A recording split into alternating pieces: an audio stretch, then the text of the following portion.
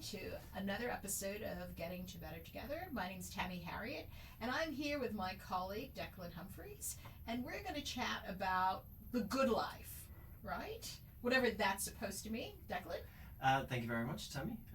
Really great pleasure to be here. And yeah, whatever we take the good life to be. I think we've all got different understandings of what it means to live a good life, and hopefully we'll discuss them more today. Yeah. So one of the things that, as I explore this, for me, it's a concept of the good life for me is a balance somewhere between this state of happiness and unhappiness, and somewhere in the middle where I don't have to be happy. I can pursue happiness, but I certainly don't want to be unhappy. So from an ethical point of view, with thinking about the ethics of the way one lives one's life, and also philosophically, what do you think about that? Of being happy versus unhappy, and maybe there's an in-between state? Yeah, maybe there is an in-between state. I mean, if we're talking about the good life, you kind of alluded to there, we're talking about really this lifelong project, what it takes to make up a good life. Is happiness what that is? Is happiness the end goal, or is the end purpose? That's a good question. I think when we talk about the good life in philosophy in general, kind of goes back to ancient Greeks. This was their way of talking about ethics. Yeah. So today we talk about ethics as, what's right or wrong in a certain situation. Greeks didn't talk about it that way. They talk about ethics as in this life project. What makes up a good life? If we understand what makes up a good life, then from that we can kind of then determine our actions in a day-to-day. So they call it this teleological aim, where the telos is this kind of Greek word for the end. So the aim. So the aim of our life, if is a good life, then everything that makes up that aim, that end, is kind of informs our actions.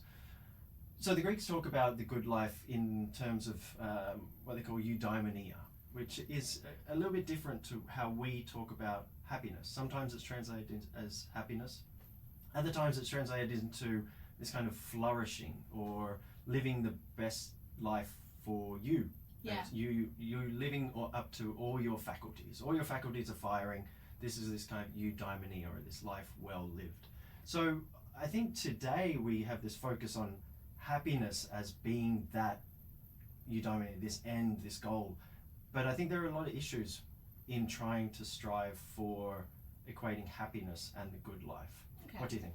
Well, the first thing I think about is if I would look at, the pursuit of that, it's also in the context of living within a society and within that a community. So my pursuit of it should not be at the expense of someone else's. So I think oftentimes there's this selfishness that comes with happiness, that it's about oneself, whereas I think of it more as the pursuit of it in relation to the community I'm in, or the society I'm in. How am I making the journey better for others as well? Yeah, for sure. And I mean, if we want to talk about happiness in that kind of egocentric, what is happy for me, I mean, maybe what makes up happiness is being part of a community, is making up a community better off in general, overall. Maybe that is a form of happiness. Perhaps if we're trying to reach this kind of individual happiness, maybe we're kind of putting up barricades because we need to also kind of have happiness for other people around us. Yeah. Yes. Yeah. And I see it as a trade. I think this is a trading floor, right? Life is the trading floor at which we have to do some investments, right? And we invest in the things that, like I'm a mother and I'm a wife, so I never think of my own happiness without thinking about my family's happiness. Then I'm a member of a community, and I don't think of my own happiness outside of what's happy for the community, because what pleasure could there be in being the only happy person in the room? That would have to be the loneliest feeling for me. Mm. Do you know what I mean? It's like I couldn't look at it from that selfish point of view, because I don't think of happiness as a unique state for oneself. I think it's all the things like you say. So each decision I make, each action I take, I have to look at that in a greater context of what else is happening around me, and how does that serve the purpose of this society that flourishes, the people around me, have you ever smiled and there's no one else smiling and you just think, I'm in a weird place, or is that just me? Yeah, no, you're right. And, perhaps it's kind of it goes back and forth. I mean, a happy person wants to live in a happy society, but a happy society also makes it easier for people to enjoy and to be happy. So maybe there needs to be these kind of I don't know, structures or this society in place that enables happiness, if you know what I mean. Yeah. So what do you think we're getting wrong? Like, my day, I have to tell everyone, my day starts with going to a local cafe while I'm at work and talking to as many of my work colleagues as possible. And that starts my happiness meter, right? It gives me the fulfillment of knowing that I'm not alone, right? And there are other people with me. And I think of every time I do that, when I look around, like, it doesn't matter what everyone else is feeling for that moment in time. We are having a shared experience, and that's, for me, is happiness. Like, that is part of the journey for me, in that simple decision to get outside of my day-to-day and to try to be part of my community. Or maybe I'm just thinking of it too simplistically. No, I mean, if you're getting happiness from other people, then then that's perfectly. I think that's, that's great. I think part of being human, interacting with other people is kind of this. I mean, we're social animals, I think the quote goes. So we need people around us, and we need to be able to talk. But what about? I mean, you talk about when you're meeting people face to face. What about in online interactions? Does that count, or does that not count? Okay, my position's going to be, if you have to, but not ideal. Like, if you have to. So my family lives overseas, and I have to do that, but not ideal. There is nothing like the touch and the embrace of a person in my life. There's just nothing like it, and I can't do that online. So I think it fills a gap, but it's not a substitute. But that's me. Yeah. Well, what is it then? So is what you're getting out of it just the presence of being in the space with somebody else? Is that what it's? Or the feeling of knowing that I am part of their life. The feeling of knowing that. So, we're creatures, right? We're animals. So the feeling of knowing that we're part of each other's lives, and to some extent it is important. I'm important to them and they're important to me, and that's just one way of maybe validating that at some stage, or affirming the connection. Yeah. So, but could I live in that virtual community? I probably couldn't. I hope I don't have to. I should say. Well, this is the and you do make a good point about human connections, and whether when we bring in technology, social media, or emails, whatever it is, with this theory that we're connecting, is it are we kind of supplementing or replacing a kind of human interaction for this kind of synthetic interaction, or is there something that's still quite human about interacting online? I think that's quite a question there, because I mean, you rightly take pleasure or happiness in being together with someone, but like you say as well, the other side of it is not having the opportunity to connect with people face to face. So there we need this kind of other form, this other medium of connecting online. But what is it about that then? What is it about the online community that can help us to get to this, to get better together, to talk about this kind of village, if you will, this kind of global village of community? How do we make this online community that? How does that reach happiness? Okay, so I don't want to build an online community. I'll be the first to tell you that. Because I think that the cues about the social cues of what it means for me to be me, and the currency I trade in terms of my community, is definitely you have to show up, right? Showing up is the first intention of the relationship. So it doesn't have to be convenient.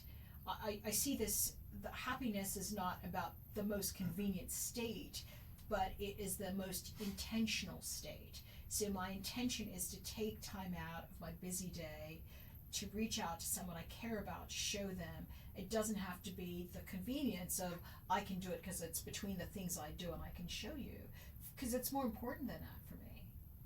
And I see it as, yes, we can create that. And I must preface by saying there's a difference between people who are living in remote villages where they don't have a choice than people like us who live in crowded spaces and don't feel we can come out into the community. And I whereas I can support technology for the first, I probably don't support technology for the latter. And I fear that what I see is a more disconnection from the society, and who we are online is not necessarily represented by who we are. Scary, but yeah, it's a very scary premise for me. Is I don't think you're yourself when you're online. Yeah. Yeah. How so? So if you look at the courage that people have when they're online to do things without filters, right? That would be my first example. You can be as nasty as you can when you're online because, hey, there's no consequence, you don't have to face anyone. You can be as blunt as you can because, hey, you don't have to face anyone. There is a removal of that sense of empathy when you're online, that you don't have to be empathetic. Or at least in my view, when I look at it, people are a different self online than they are when you show up face to face. Because when you show up face to face, as part of this, social contract that we have with each other, there are certain parameters. But in an online community, I don't necessarily see it the same. People weigh in on other people's lives in a very nasty way. Yeah, I mean, obviously there's the negatives to online interaction. I think for some people it can be a way to craft their identity, though. Yeah. Apart from how they perhaps interact person to person, in person, maybe they've got some fears. So perhaps taking time to craft and build their character online is more beneficial. Maybe they can create someone who better reflects who they think they are, rather than in person, when they have these social pressures, these social cues that perhaps they misread, or there's kind of fear or nervousness. So maybe, couldn't you say that there are some ways where building an person, an identity online, can reflect more truly who someone is? But what would the philosophers say as they explore the pursuit of a good life? What do you think they would say about this? Or would they be as shocked as I am that this is allowed to happen? Yeah, I mean, I'm sure a lot of the ancient Greeks would be shocked. I mean, for them specifically, a lot of communication came and ideas came from gathering together. Yeah, in a environment, face to face, kind of in the arcade, talking and debating things, and that's how we get to understanding of what the good is, what right is, what justice is. So yeah. And they learned from each other, they explored, they got feedback, did not always have to like it, so I fear that when we call it a community, like, I kind of cringe when we call it a community. I think it's something, but I don't know that I would call it a community. I think it's a space versus a community, because inherently for me, a community provides something a little bit different, right?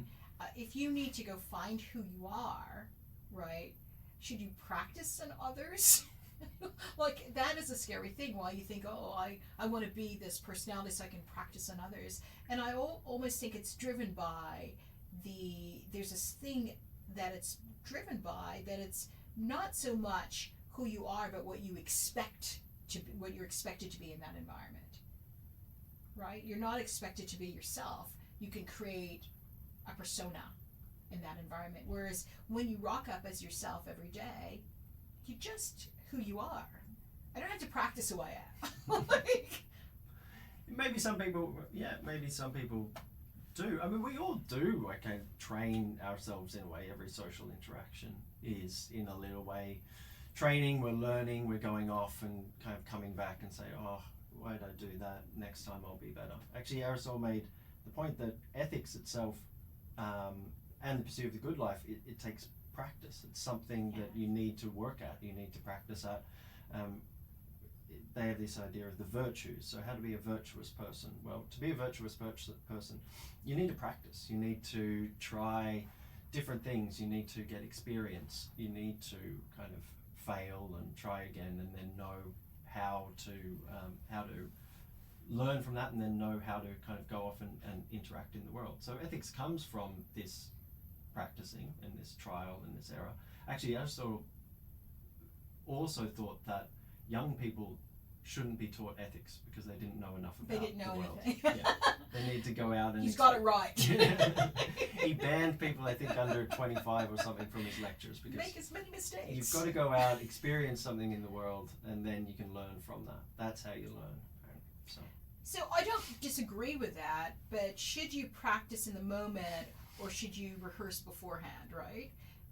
And I guess that's what I'm trying to say, is that if we're rehearsing beforehand, when we show up, we're putting it in practice, right? Versus, I'll just go along and do whatever I want, and then at the end of it, I can have like a debrief and then come back and go what I won't do the next time. Whereas, I kind of think about who I'm meeting with, what do I know about them, what are they going through at that moment, and that determines the kind of a conversation I can have with them, because inherently, I want to be empathetic in that relationship so that I can at least nurture the relationship to something more positive, right? Yeah, yep. So I don't see the practice necessarily as, practicing on these people because, you don't know enough. I mean, we've got to have some of the good graces of understanding the other side as well. And for me, the pursuit of a good life is very much gauged or couched around that, where it's constantly thinking about, I love the fact that they showed up and they could have this discourse in an open forum and they could talk to each other and kind of share these ideas around it. But for me, that's part of it. Never making it too personal, but making it as personal as possible, but having that filter of saying the purpose of this is to get to something better, not the purpose of this is to build my own, persona. Yeah. I think that takes a bit of self-reflection though, does it? I think the ideas of the good life in general take some self-reflection of, well, what does it mean for me to live the good life? How do I interact then? How does that inform how I interact with other people? Do you think people reflect enough on what the good life, do people think about it? Is this something we should be thinking about? I don't think we do. I think that's part of a problem, and I may take a different position than Aristotle would in that young people can just do what they want. I think for the time that might have been appropriate, but today I think where everything is exponentially moving faster, right? A young person is informed enough to start applying one's ethics because they're informed enough. So I think of it a little bit different. I don't think we think enough, and I think our motivations are far too selfish. I think as a society, we're growing very selfishly, and that scares me. When we stop caring about each other. I don't know about you, but when I was growing up, anyone could discipline us. And everyone did. And I think we were better for that. I don't think we were worse for that. I think we were better for that because the eyes were watching us, right? Our parents, working mothers, didn't have to have a problem because the aunties were there and the cousins and the neighbors and the grandparents.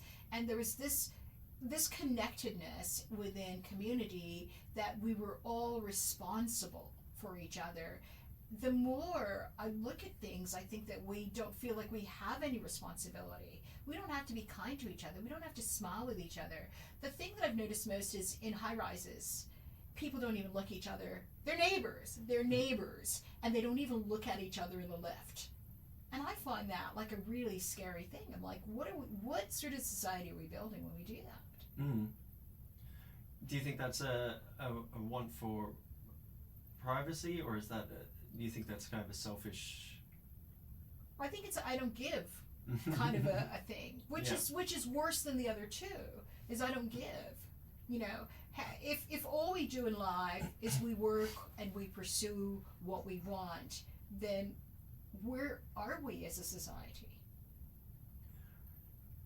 All of our institutions start to kind of, you know, dissolve and dilute, because what kept us together was that common desire for something better. And if we don't have that common desire for something better, how will our institutions hold?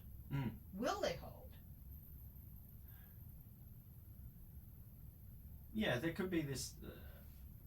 I mean, obviously, you make some good points. It could be this fragmentation then of you know, online technology and communities, where before our only community was who was around us, but now our community's shattered into 20, 30, 40 different groups online who all have these niche kind of interests and hobbies and ideas and social circles.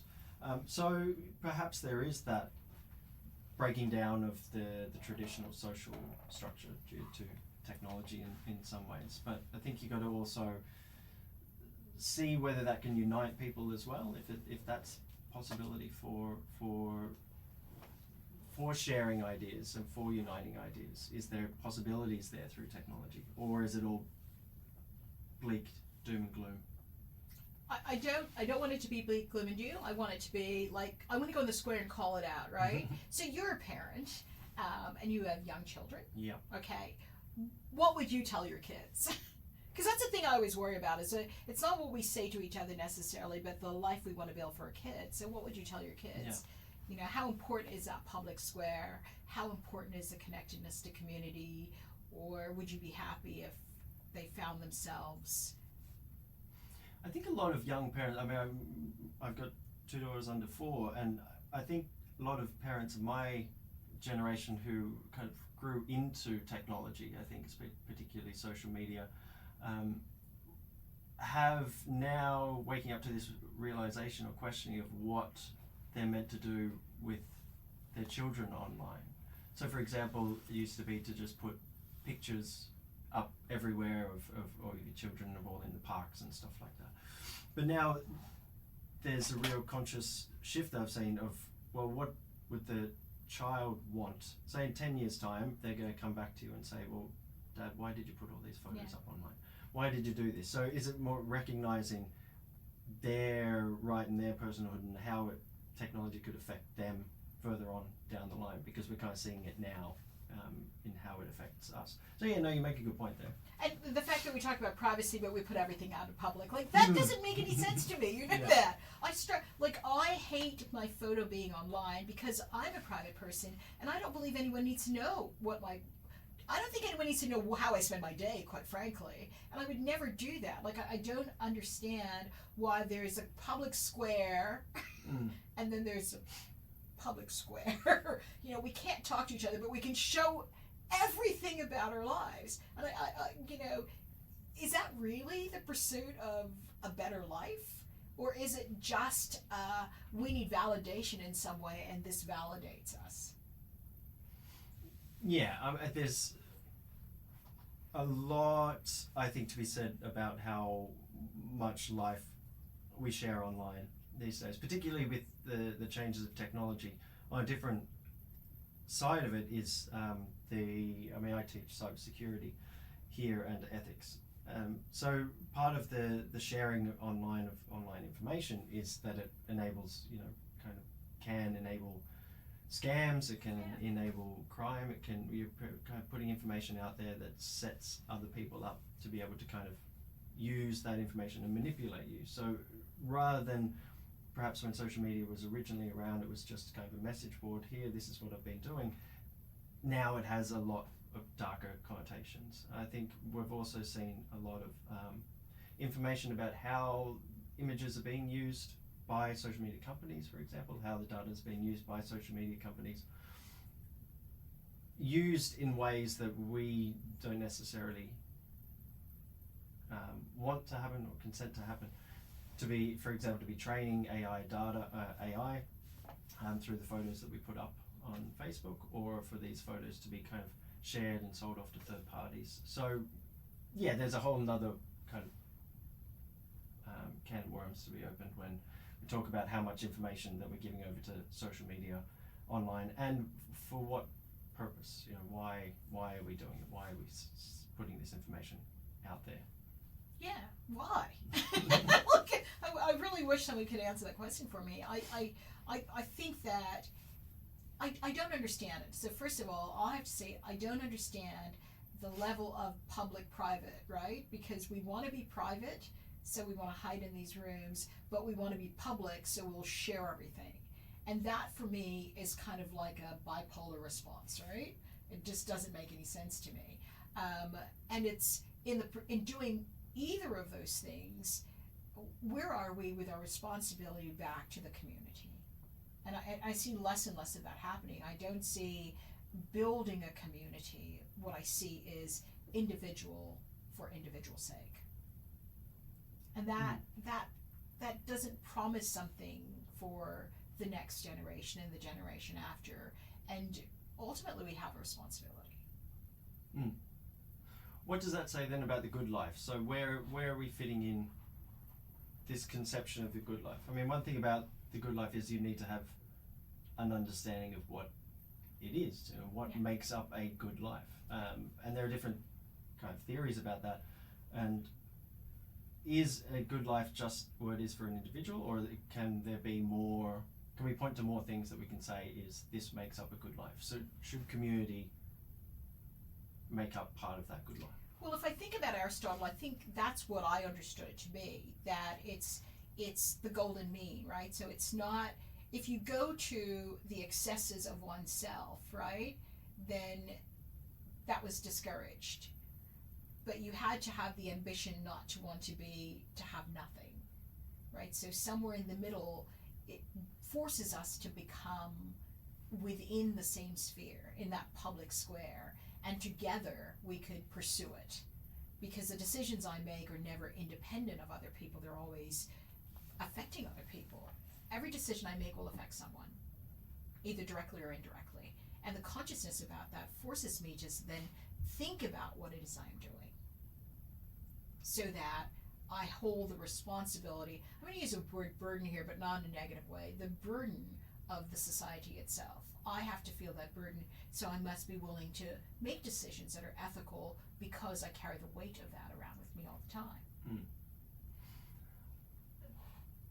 I think it's when you talk about the good life, and you make good points about it being part of the community, but it's also when we're trying to figure it out, what we're told is the good life. So where we're taking this kind of inspiration from. You've got your conception of the good life.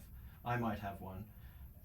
Everybody else might have one. But where is that conception being shaped? Where is it being formed? I think this is one issue going back to, I don't want to put all of the world's ills on social media, but technology and marketing companies and that it comes through social media, we're sold an idea of the good life, I think.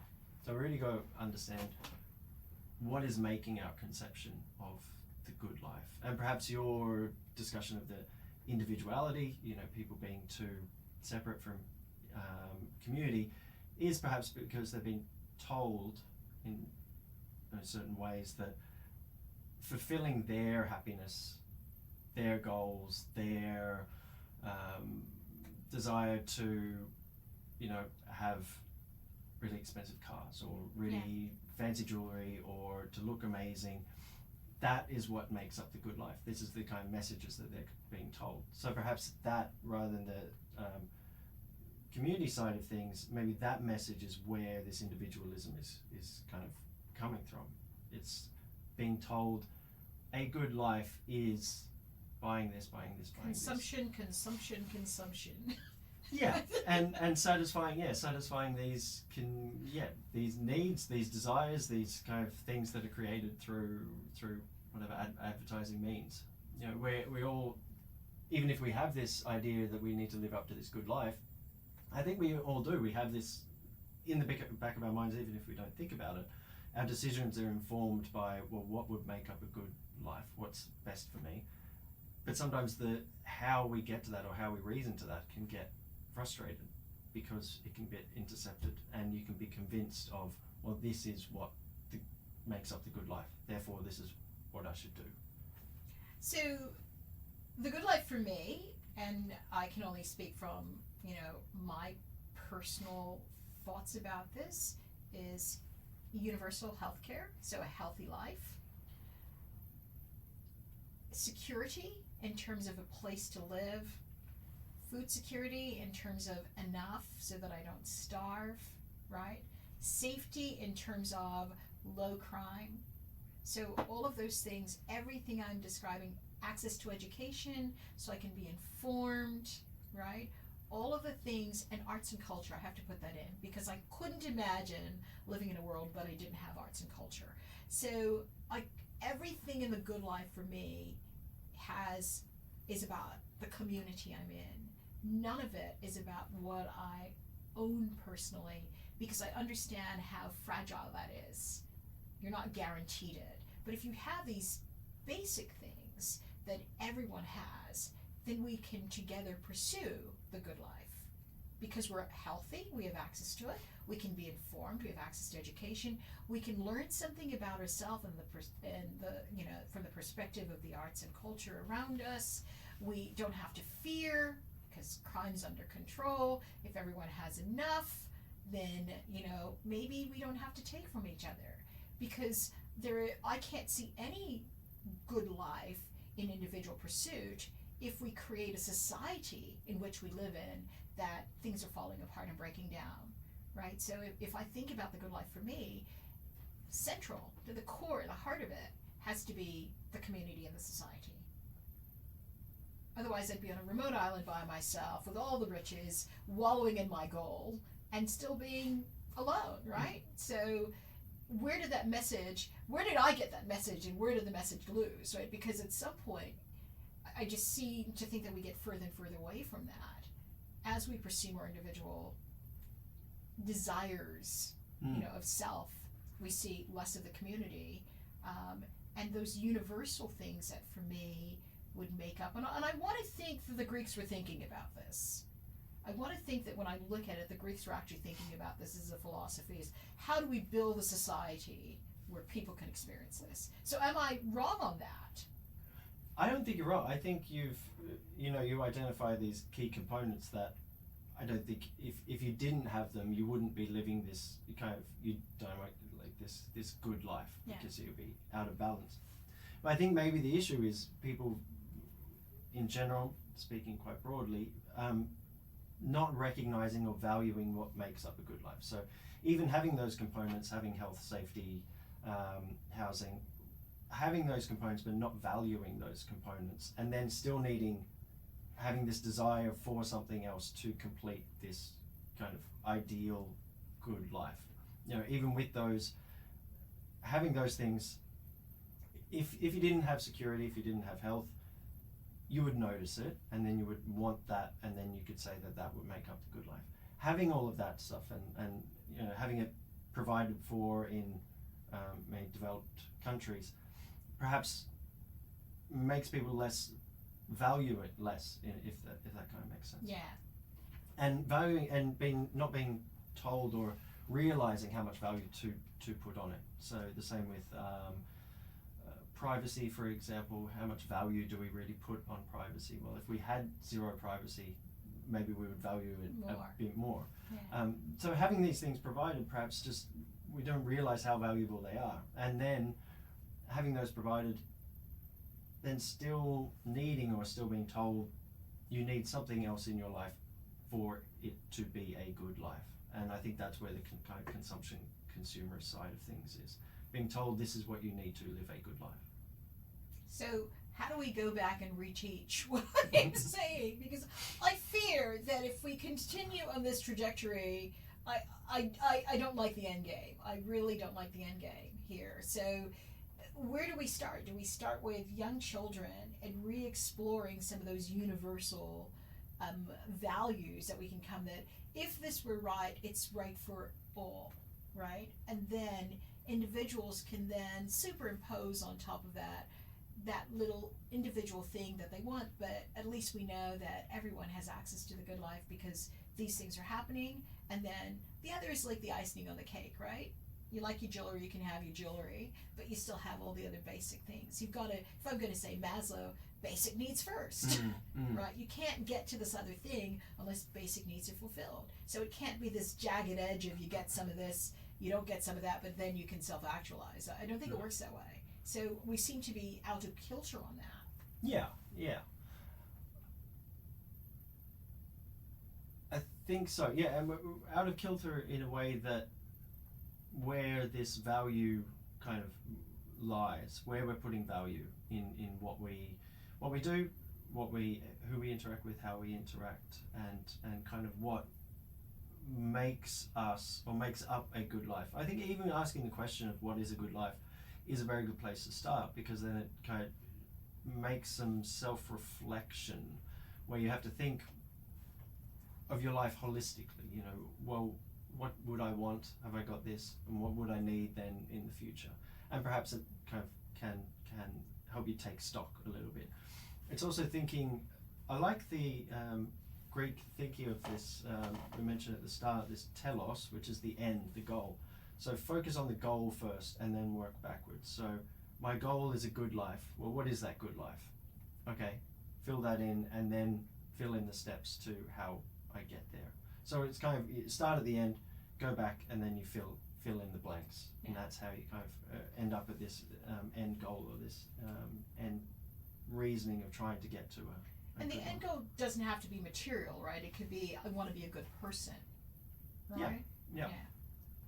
Yeah, it can be, well, I mean, for Aristotle, the Greeks, it was to be a virtuous person. Yeah. Because they couldn't imagine a life, you can't imagine living a good life without being a virtuous person. Yeah. And virtuous doesn't need to be a saintly kind of thing. It just needs to be someone who's practiced these virtues, whether it's, you know, honesty or kindness, things that we think of as being, you know, good human traits. Practicing them and using them, as you said, in the right, in this golden mean, so to the right extent. If you're too honest, well, people probably aren't going to talk to you because you tell them all of their secrets. But if you're not honest enough, well, again, people aren't probably want to go talk to you because you don't trust them. So it's finding this middle, it's finding this golden mean. Yeah. So their idea then is that living this good life is a practice thing over time, as you hone your virtues and you get to this good life. But I mean, it leads questions to whether you can truly ever get to a good life, or you can ever truly be a virtuous person. When do you just kind of tick the box and say, yes, I'm an honest person now, I've got that out of the way, I can go on to the next virtue? Or is it a practice thing? Can you ever get to this good life? Well, I hope that a life, when I look at each point of my life, when I look back and going, I'm on my way. Like I see it as like, no, it's a journey, right? Not the destination. But at each point in my life that I look back, I always want to look back and say, is this true to who I am as a person? And for me, a good life is to be that person. Is to be a person who cares, who thinks more about others, not just self.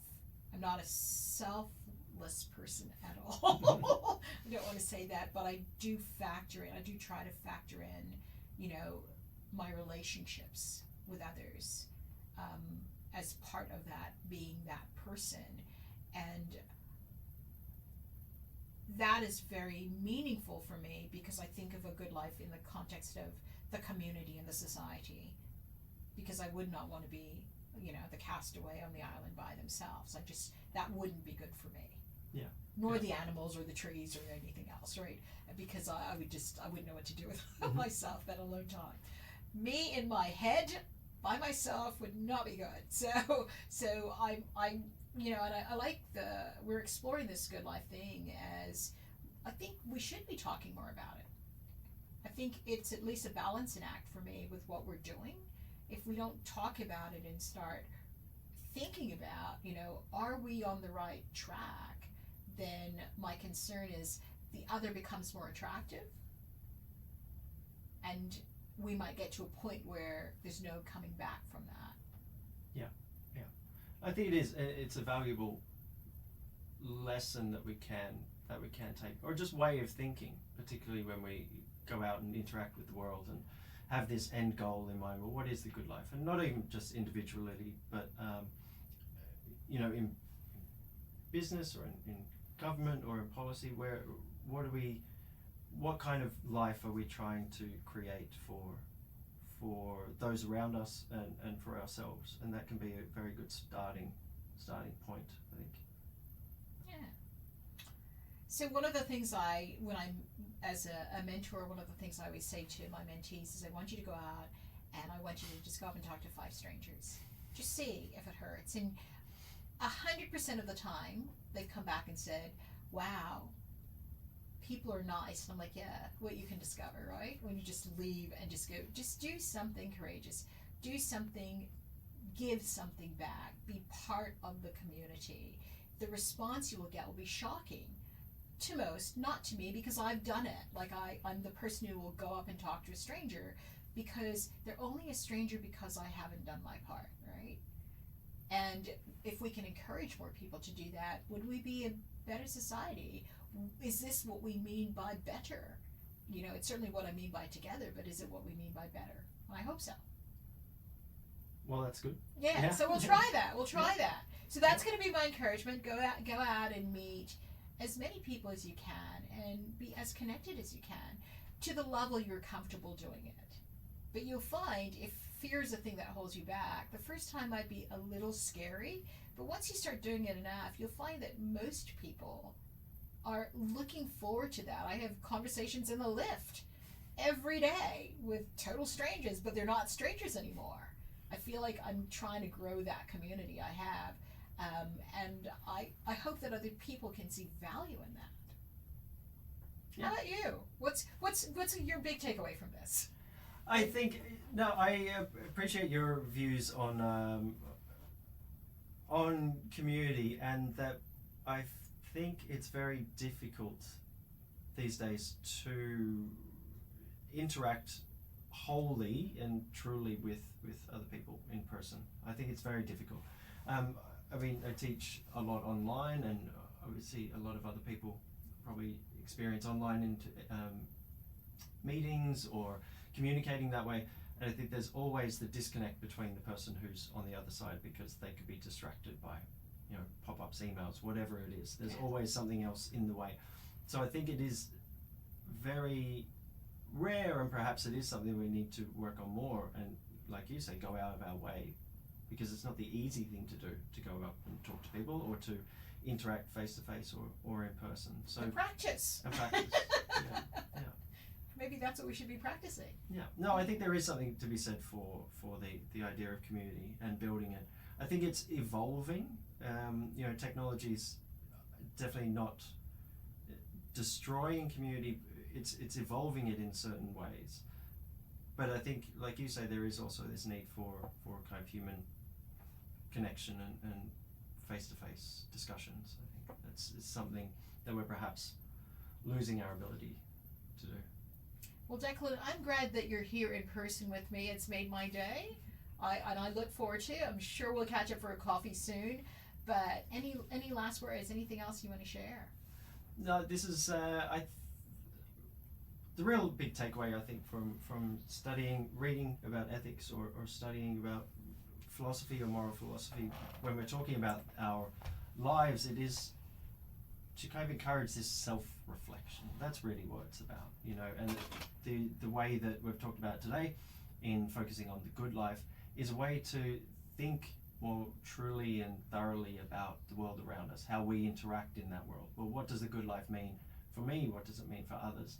And by using that, it can kind of, I think this self-reflection is something that we often are too busy to do, which we really should do. It's kind of a mental health check-in about the way the world is, the way we fit into the world.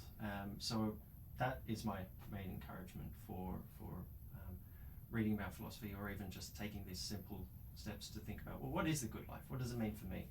And perhaps that can inform some decisions further down the line. Well, thank you very much. It's been a pleasure. I've really enjoyed it, and welcome to the public square. I think we'll make this an ongoing public square just to chat about these things. And as you say, it's important that we do talk about them. Great. At least explore. Yeah. So that's it for today. I'm Tammy Harriott, and I'm here with my colleague Declan Humphreys. Thank you. Thank you, and goodbye.